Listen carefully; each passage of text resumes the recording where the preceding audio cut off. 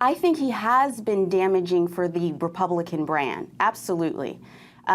His inability to sort of focus, his personal attacks, the fact that he's a narcissist, an egomaniac, none of that is good for the as the standard bearer for the Republican Party.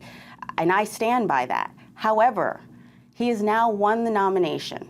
And now the choice is you can either vote for him and you can support him and hope to help him. Because the other thing about Donald Trump, I don't think he forgives easily. So I'm also very curious, if he wins, who is he going to fill the cabinet with? Because I imagine he doesn't look favorably on people who have not been loyal to him.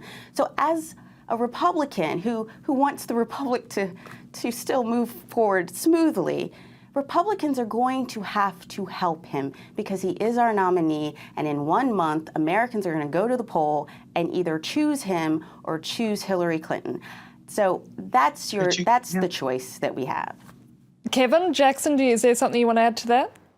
Yeah, I do. So first of all, I apologize to Mark for calling him Richard earlier. Mark, It's very okay.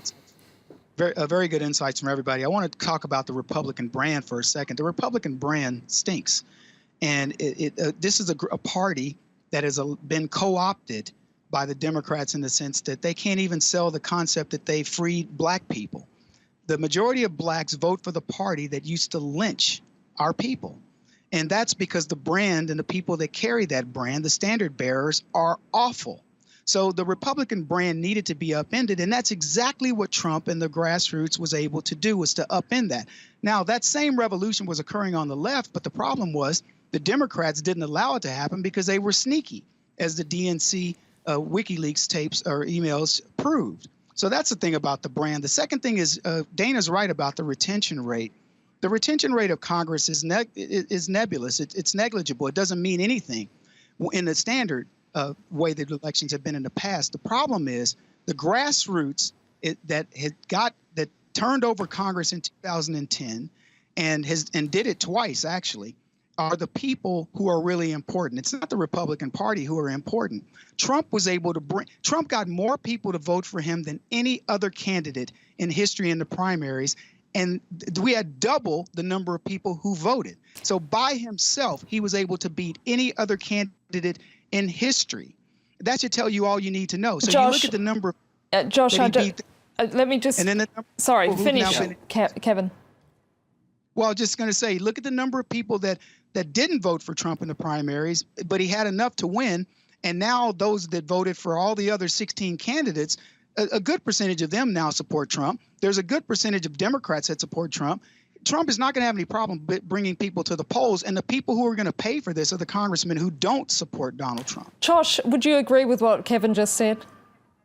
No, I mean, I have a hard time understanding how Trump is supposedly improved the Republican brand when his favorability ratings are at historic lows.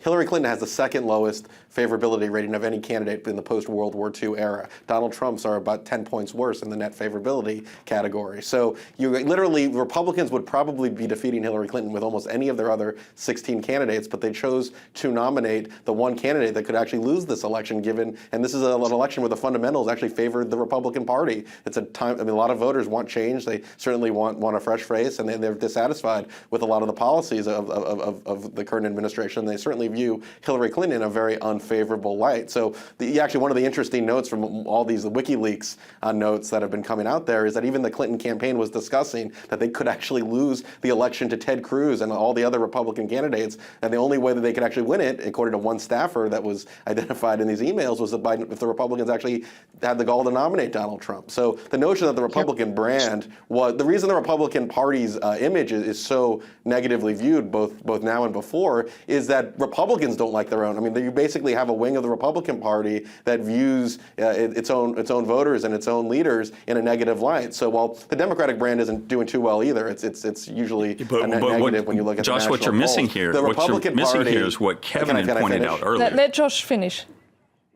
The Republican Party is suffering such negative ratings, and Trump has actually accentuated the problems because you have both factions at odds with each other, at war with each other. They don't even like their own party.